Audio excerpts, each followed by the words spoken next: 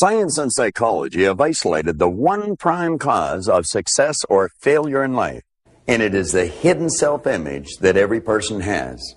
Do you know it controls our life just as certain as our mind controls our heartbeat? Now, to remake that hidden self-image for success and fulfillment, to build a winner's image, is to remake our life. If you're wondering what kind of a self-image you have, it's not difficult to figure it out. All it's required is for you to take a look at the various aspects of your life. Take a look at the results you're getting, possibly your relationships, your income, the position you hold at work, the type of business that you're operating with. Take a look at your own personal appearance. These are all the results. They're the outer expression of the inner image. Now, as we alter this inner image, everything outside begins to change. One of the great errors that almost everyone makes is they're attempting to change their income. They're attempting to change their position. They're attempting to change their business. They're attempting to change something outside of themselves without changing what's going on inside. It's like, I think it was Emerson said, of what use to make heroic vows of amendment if the same old lawbreaker's going to keep them? You know, for me to try and change the results in my life, in other words, what's going on outside of me, without changing what's going on inside, would be just about as foolish for me to try and change the reflection of this mirror without changing my physical appearance. It's never going to happen. Well, that's what people are doing. They're trying to change something outside without changing what's going on inside. In 1903, James Allen wrote a marvelous little book. And in that book, he said something that's rich with truth. He said, mind is the master power that molds and makes. And man is mind. And evermore he takes the tool of thought and shaping what he wills, brings forth 1,000 joys or 1,000 ills. He thinks in secret, and it comes to pass. Our environment is but our looking glass. As you go through this program, we're going to show you how to alter that inner image and build a winner's image. Now, to remake this hidden self-image, we're going to have to understand a couple of things. First of all, we're working with our mind, and we operate with images in our mind. The problem is, no one's ever seen the mind. And so when a person begins to think of their mind, confusion sets in. We're going to have to build a picture of the mind. It's like the little kid in school. He was doodling away, drawing a picture, and the teacher said, "What are you doing?" And the kid says, "I'm drawing a picture of God." She says, "Nobody's ever seen God." He says, "Well, wait till I finish the picture." We're going to have to do what the little kid did. We're going to build a picture of the mind. Now, what I want to suggest is that you let this large circle here represent the mind. Let the small circle represent the body. Now, the line going out here will represent our behavior, and of course, our behavior causes our results. Now, we're going to take that large circle and we're going to run a line right across the center of it, and that's going to divide the conscious mind from the subconscious mind. Now, what we want to realize is that the conscious mind is the mind that thinks, it's the mind that gathers information, but I can assure you of one thing. It's not the part of your mind that is controlling your behavior. Your subconscious mind controls your behavior, and it's in your subconscious mind that your old self-image is lodged. And that old self-image is controlling every act you make. It's controlling all of your results. Now, the self-image in your subconscious mind operates almost exactly, if not exactly, as an automatic pilot operates. I want you to imagine that this plane is leaving New York, and it's locked on course. After it leaves the vicinity of New York, the pilot sets the automatic pilot. That plane is locked on course for Hawaii. Should that plane get hit with some unexpected turbulence and maybe get knocked off course, the automatic pilot picks up the deviation from the set goal, which is Hawaii. It feeds it through a coordinating mechanism. The thrust of the engines are altered, the flaps are altered, and that plane is brought right back on course again. It will ultimately get to Hawaii. Now, the self-image in a person's subconscious mind operates exactly the same way. Let's suppose a salesperson's self-image has them locked on for writing $1 million a year in production. That person may have a big week. They get flying off course. They might write $300,000 worth of business in a week. Their self-image will pick up the deviation from the set objective, which is $1 million a year. They're way off course. It feeds that information, the deviation from the set goal, into the coordinating mechanism, which is the person's nervous system. Their behavioral patterns will change until they're back on course. Ultimately, at the end of the year, they've written $1 million, even though they had a week at $300,000 or $400,000. It's the same with a student in school. Let's suppose a student's self-image dictates that they're getting a D average in school. Now, the parents, the teachers may turn the heat up, really pour the coals on, and the child will go in and have a test, and he may come out with a B plus on that test. But that is not consistent with the child's self-image. The self-image picks up the B plus, deviation from the set objective. It feeds it into a coordinating mechanism. The child's behavioral patterns will change until they're back on course, and ultimately they're right back to a D average. If they want that child to get a B, if the salesperson wants to increase the business, they're going to have to alter the self-image. Now, the first step in altering that image is to fantasize. Just take the lid off your marvelous mind and dream. A German engineer by the name of Carl Benz had a fantasy, and he literally turned his fantasy into a fact. And in January 1886, Carl Benz was issued a patent for the Benz motor carriage, and the age of the automobile had dawned. This is a replica of that magnificent machine. And you know, before Benz ever turned his fantasy into a theory even, certainly long before he turned it into a fact, he had to ask himself a couple of questions that you and I and every other dreamer will have to go through. He had to ask himself, am I able to do this? Well, he seemed to have that innate awareness of this higher self, this image of perfection within him, and he saw himself as a person that was actually able to take and turn the fantasy into a fact. Now, he must have been a pretty courageous guy because there were no horseless carriages in those days. But then he had to ask himself, am I willing? And you see, he had to ask himself, am I willing to accept the ridicule that I'm bound to get? Am I willing to accept the failures? Well, he said, yes, I am willing. He was willing to pay the ultimate price to turn his fantasy into a fact. And ridicule he got. His own partner thought he had gone mad, and he had to find himself a more congenial colleague to work with. He would take this thing out in the evening. He'd take it out at night, so no one would see him. He'd escape some of the ridicule. And time after time, he couldn't get it going. He had to push it back.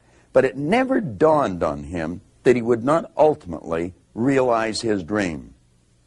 When this magnificent machine completed its first long journey with Benz at the wheel, every beat of the engine found an answering echo in the heart of the driver, as every turn of the wheels brought him closer to his goal, to the realization of what once was a fantasy. Now, in order for you to turn your fantasies into a fact, you have to go through exactly the same process as Carl Benz. And if you do go through the same process, you'll meet with exactly the same success, regardless of the opposition you might come up against. You have to ask, am I able to turn this fantasy of mine into a fact? Can I actually realize it? Can I turn my dreams into reality? Now, you're either going to say, yes, I'm able to, or no, I'm not. If you realize you are able, if you have an understanding of this potential, this power within you, then you have to ask yourself, are you willing? And there's a long series of tests there. You don't even know what you're going to come up against. One thing is for certain, you'll come up against ridicule. You may have to move. You may have to do all kinds of things that you don't even think about. You have to be willing to do whatever's required if you really want to turn your fantasy into a fact. The second you say, yes, I'm willing, at that instant, you've created your theory. Now, if you happen to run into a stumbling block on the able part, I'm going to help you over that. Before you can turn your fantasy into a fact, you first have to turn it into a theory. And before you can do that, there's a couple of tests that you're going to have to pass. You have to first ask yourself, am I able to do this? Am I actually able to turn my fantasy into a fact? Now, generally, when a person doesn't know how to do something, they say they can't do it. The truth is they can. You and I are capable of doing anything. We are God's greatest creation. We're spiritual beings. And as spiritual beings, we're able to do anything at all. All things are possible. Our objective is to figure out how, not whether we're able to or not. Now, it would appear as if the only way I could get to the other side of this ladder is to climb over the ladder. But the truth isn't always in the appearance of things. You see, I could just walk through this ladder. Now, where I might have used an illusion to get this point across, you might want to think of this for a second. All obstacles are illusions. But the obstacles cause us to have doubts in our mind. Are we really capable of doing this? You know, if you had formed the attitude that every obstacle is an illusion, just like this ladder, I didn't have to climb over it. I could just walk right through it. Well, you may not be able to walk through some of the obstacles, but I can guarantee you this. You're able to figure out how to get around them, how to get over them, or how to get to where you want to go. You're able to do anything. So get the idea about whether you're able or not right out of your mind. You're quite capable of doing anything that you want to do. You can turn your fantasies into facts, just the same as Edison or Carl Benz did. The question now you want to ask yourself, am I willing to? Am I willing to do whatever is required to realize my dream? You can answer yes to that question. Like that, you built a theory in your mind and you're well on your way. Now let's review what we've done. We've built our fantasy. We've admitted we're able to do it. We said, yes, I'm willing. And what we've got is a theory. We've got a dream. We have a winner's image in our conscious mind.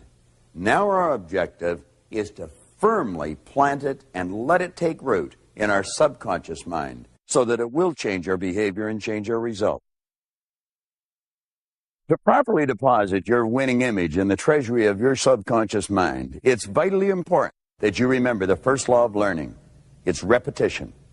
Use this program every day over and over and over again for 90 days. Now, this might not make a whole lot of sense to you, but I want to suggest that you take a half an hour, possibly first thing in the morning, or maybe just before you go to bed at night, and put this videotape on and watch it every day for 90 days. You'll find that all the important points start to get burned right into your mind, and it'll also start to change your life. You're going to develop a heightened awareness of all the key points of this program. Take the audio cassettes from this program, clear your car of all other cassettes, and just put these 3 tapes in. And all the time you're in the car, play these audio cassettes. Now you're going to find that you'll be able to talk right along with me. You're going to know the next word that's coming. And you're going to find that these ideas are going to become a part of your way of living, a part of your way of life. Begin to visualize yourself with some of the nice things you'd like to have. Possibly the home that you'd like to live in. It may be the business you want to build or the position you'd like to hold. Possibly the income you'd like to earn. You may want to visualize the vacation that you'd like to take. What is important is that you do visualize. It's not only important that you watch the video cassettes every day and become very familiar with them, or listen to the audio cassettes on a regular basis. It's vitally important that you set aside 10, 15, maybe 20 minutes at least 3 times a day to completely clear your mind, block out any distractions, let yourself totally relax, and begin to see yourself actually living the life that you've imagined yourself living. See yourself the winner that you want to be. And let all these beautiful pictures sink deep into every cell of your being. In other words, add a lot of emotion to it. When you watch the top movie stars like George C. Scott or Katharine Hepburn or possibly Peter O'Toole, the Oscar winners, they're not acting, they're literally living the part. And as you visualize yourself living the life that you want, let yourself feel yourself living it. In other words, burn these ideas deep in your mind and then start making a written description of them. Now, after you've made the written description, just freeze it. Stand back and take a real good look at the written description of your vision and then compare it to how you're actually living. Then you'll see the changes that have to be made and begin making those changes one at a time. There are hundreds of changes you could make, but a good place to start would be with your own personal appearance. Something as simple as how you dress and how you walk and how you project yourself sends a strong message to everyone in your external world, but it also sends a very powerful message to your subconscious mind. Do you know Cary Grant, which wasn't even his name, he even changed his name to Cary Grant, he projected himself different, he walked different, he dressed different, he talked different. He one time said, "I acted like Cary Grant for so long, I became him." That's what we're suggesting you do. Present yourself physically in a manner that's consistent with this new winning image that you're developing. Then we want to go inside. Take a real close look at ourselves with our inner eye of understanding. How do we perceive ourselves? Are we beginning to see ourselves from within as the winner that we really want to be? When you look at this picture, do you see a beautiful young lady or an ugly old lady? In fact, they're both there. It just takes a shift in focus to see one or the other. How do you see yourself? In the transition period, when you're in the process of implanting your winner's image in your subconscious, there will in fact be two people for you to perceive: the old you and the new you, the winner.